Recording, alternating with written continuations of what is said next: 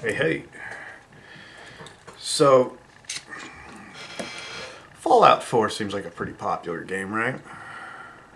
And I still hear about it from time to time. Yeah.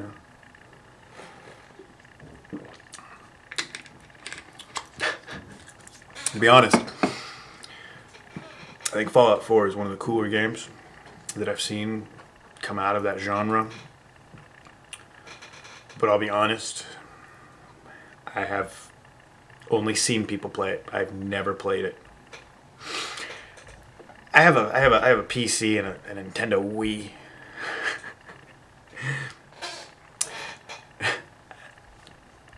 What can I say?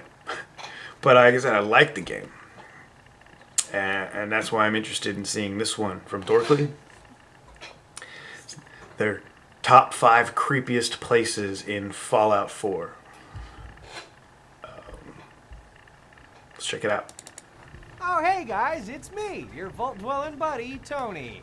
I'm out here looking for toilets to drink out of because if the Fallout games have taught me anything, is that drinking out of toilets is rad. Gives you rads? I'm not sure what the difference is. It's Today in Nerd History! Today in Nerd History! The painful elimination of 90% of Earth's population is a pretty grim way to start any story, but Fallout knows how to just keep on giving, and Fallout 4 is no exception. The Commonwealth isn't just a miserable place, it's a creepy, weird, and unsettling place as well. Here are the 5 creepiest places in Fallout 4. Number 5, the Pikmin Gallery. The Commonwealth is no stranger to violence, and not just because Fallout 4 basically made violence mandatory this time around, but still, there's no place so unexpectedly gruesome as the Pikmin Gallery. With a simple red door and unassuming name like Pikmin Gallery, you might expect some colorful Nintendo plant aliens and black turtlenecks discussing the finer points of Rembrandt. Instead, you get something that's slightly more disturbing. Gore galore. In the Pikmin Gallery, the human body is canvas, paint, and whatever it is conceptual art students pile into a corner and call art. And you know, while I respect the guy's tenacity, this is some real undergrad art student level stuff. I guess this is the kind of thing that Pikmin would turn into his teacher and explain is actually a treatise on the irony of American consumer culture. But hey, at least it's not the classic tampon in a teacup trick. In the gallery, you can find a can of the artist's paint, as well as fresh bodies of raiders with notes indicating that they've been lured down with the promise of checking out some highbrow chin-rubbing art. And toward the end of the gallery, you can save what appears to be a civilian from some attacking raiders. This, of course, turns out to be Pikmin himself. Named after the H.P. Lovecraft short story Pikmin's Model, in which a disturbed artist creates ghastly paintings. And you're left with the horror of knowing that you let this guy get away with all of his sophomoric bullshit art for another day. Oh, and also all the murder, but whatever. Number 4, terrifying mannequins. When I was like 10, my mom gave a mannequin to my dad for his birthday by putting a blindfold on him, walking him within an inch of its face, and then pulling the cloth off.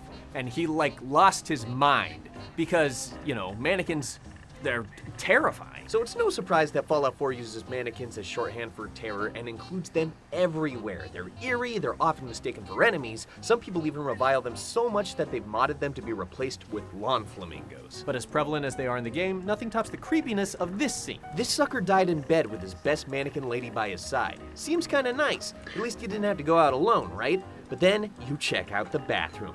Oh, look at that. An actual human corpse in the bathtub, or most of it at least. The head is in the toilet, it's too big to flush, clearly. And the tub is surrounded by mannequins with machetes. Did that guy we found in bed off his wife, then try to blame it on mannequins, and then guiltily try and replace her with a dummy bride? Or did something more sinister happen? The lizard part of our brains knows that something dark and evil lurks behind those mannequins' glass eyes.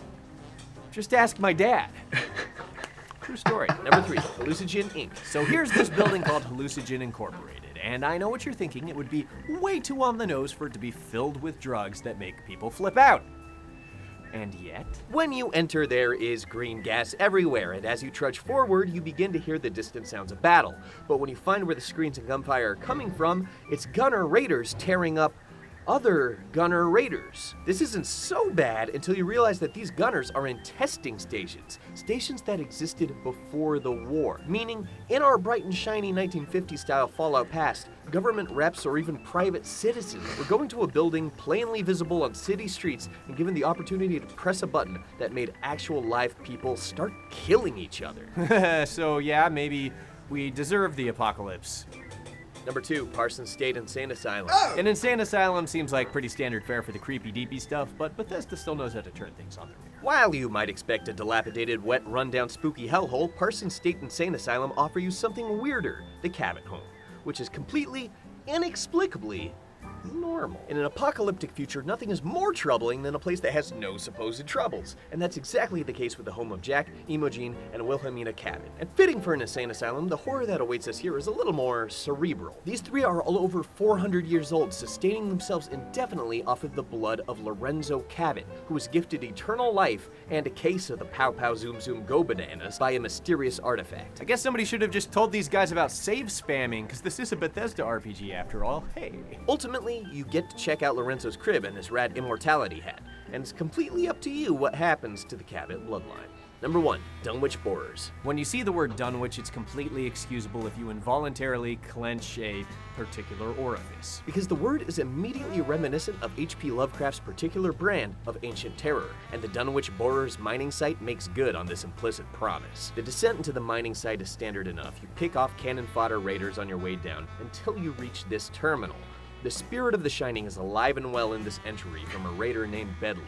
Something down here is driving people crazy. But things start to go really nuts when you start having flashes of hallucinations. First to pre-war miners, and then those miners worshipping some kind of creepy shrine. There's not too much to go off of until you see these ghouls with human names. These aren't your typical feral monster ghouls. They're people that were driven mad by something dark, something sinister. You may recall the Dunwich building in Fallout 3, which gives us another hint as to what's going on. Exploring the building, you find a bunch of ghouls worshipping an obelisk, much like something the Borers may have recovered from the bottom of this mine. Again, knowing more about this mystery only raises more questions instead of tying everything neatly in a bow. And the scariest part of all this? Well, it'll be at least 2020 before we find out more in Fallout 5.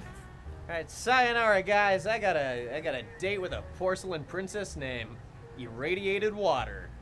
Yeah! Toilet, I mean. I'm gonna drink out of a toilet. Okay, bye!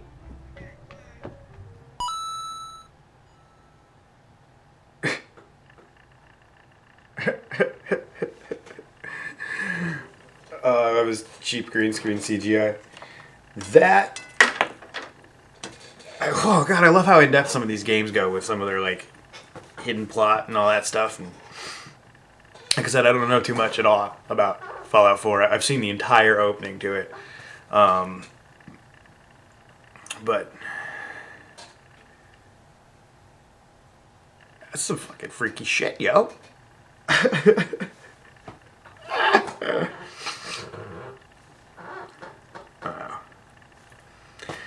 If you've played Fallout 4, let me know of any other creepy places, or if you agreed with this.